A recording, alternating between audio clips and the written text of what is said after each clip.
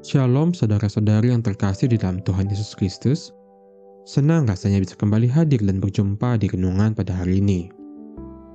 Hari ini, kita akan merenungkan firman Tuhan yang indah dari Injil Lukas pasal ke-5, ayat 12 sampai ayat 16. Sebuah kisah yang bukan hanya menyingkapkan kuasa Tuhan yang menyembuhkan, tetapi lebih dalam lagi, menyingkapkan hatinya yang penuh belas kasih dan kepedulian. Saudara, mari kita awali dengan berdoa. Tuhan Yesus yang penuh kasih, kami bersyukur karena Engkau telah memberi kami kesempatan untuk datang dan merenungkan firman-Mu hari ini.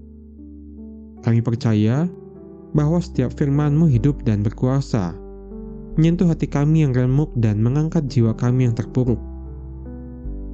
Bantu kami membuka hati untuk mendengarkan firman-Mu, dan bukalah juga mata rohani kami untuk melihat kasih-Mu yang tak terbatas. Berfirmanlah ya Tuhan, sebab kami siap untuk mendengar. Di dalam nama Tuhan Yesus kami berdoa. Amin. Saudara-saudari, mari kita baca dan renungkan firman Tuhan dari kitab Lukas, pasal yang ke-5, ayat 12 sampai ayat 16. Pada suatu kali, Yesus berada dalam sebuah kota. Di situ ada seorang yang penuh kusta. Ketika ia melihat Yesus, tersungkurlah ia dan memohon, "Tuhan, jika Tuhan mau, Tuhan dapat mentahirkan aku." Lalu Yesus mengulurkan tangannya, menjamah orang itu dan berkata, "Aku mau, jadilah engkau tahir." Seketika itu juga lenyaplah penyakit kustanya.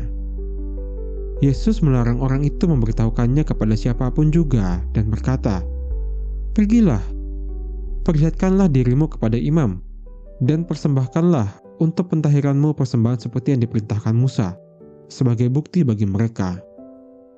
Tetapi kabar tentang Yesus makin jauh tersiar dan datanglah orang banyak berbondong-bondong kepadanya untuk mendengar dia, dan untuk disembuhkan dari penyakit mereka.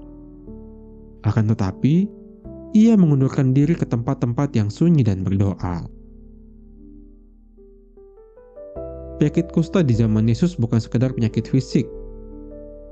Itu seperti hukuman sosial, rohani, bahkan psikologis.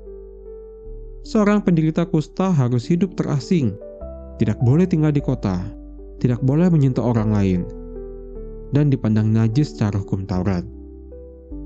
Ia dianggap terkutuk. Ia hidup tanpa pelukan, tanpa sapaan, tanpa komunitas. Dan sekarang, ia tersungkur di depan Yesus dengan satu kalimat penuh harap, "Jika engkau mau, engkau dapat mentahirkan aku." Ini bukan sekedar permohonan penyembuhan. Ini adalah jeritan dari hati yang terbuang, yang ingin tahu apakah masih ada yang peduli kepadanya. Masihkah ada belas kasih yang sudi menyentuh dirinya? Lalu terjadi sesuatu yang luar biasa. Tuhan Yesus mengulurkan tangannya dan menjamah orang itu. Saudara, Yesus tidak perlu menjamah untuk menyembuhkan.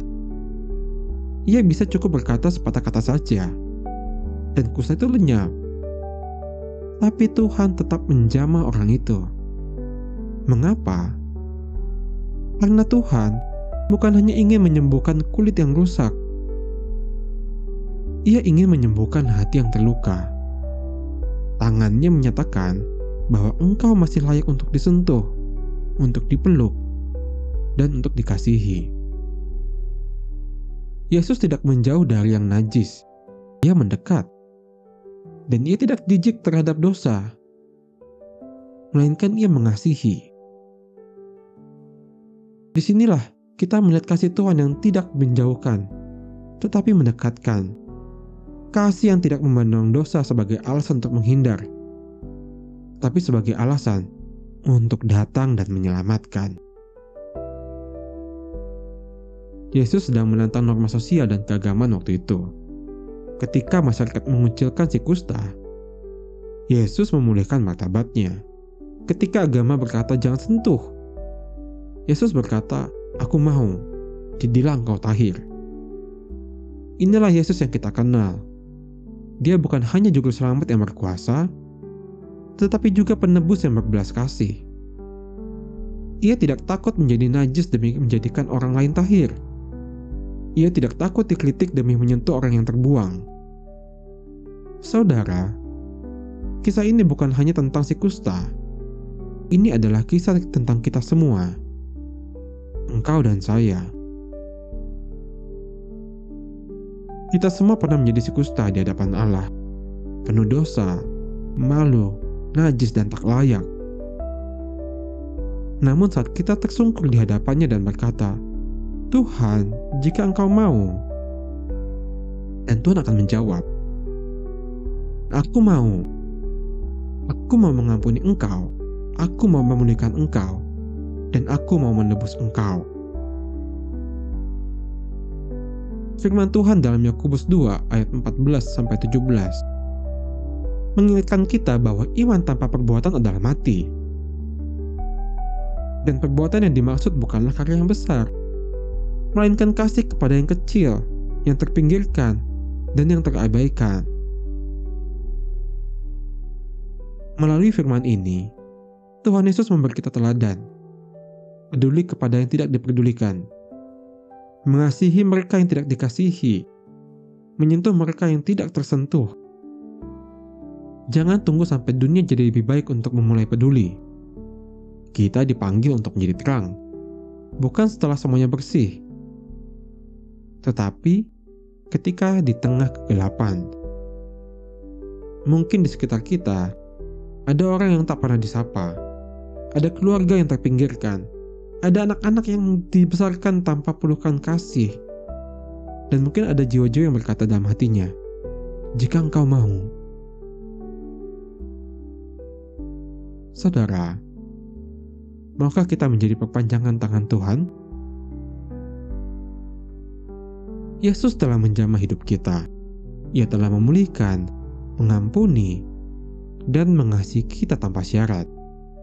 Sekarang ini, Ia memanggil kita untuk melanjutkan kasih itu. Bukan dengan kata-kata saja, tetapi juga dengan tindakan nyata. Ingatlah, salah satu bukti iman kita kepada Tuhan adalah kasih dan kepedulian kita kepada yang terabaikan. Mari kita berdoa. Tuhan Yesus, terima kasih karena Engkau telah lebih dahulu mengasihi kami. Engkau tidak menjauh saat kami berdosa, tapi justru mendekat dan memulihkan hati kami. Hari ini, kami mohon, ubahlah hati kami menjadi hati yang penuh belas kasih. Jadikan kami tangan-Mu yang menjamah mereka yang terabaikan. Dan pakailah hidup kami untuk menjadi saksi kasih-Mu di tengah dunia ini. Di dalam nama Tuhan Yesus kami berdoa. Amin.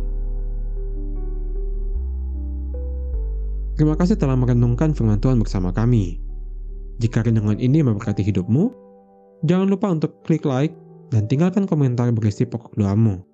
Dan bagikan video ini kepada orang-orang yang sedang membutuhkan sentuhan kasih Tuhan. Jangan lupa untuk subscribe dan aktifkan lonceng notifikasi, agar Anda tidak ketinggalan renungan yang terus menguatkan imanmu. Sampai jumpa di renungan selanjutnya.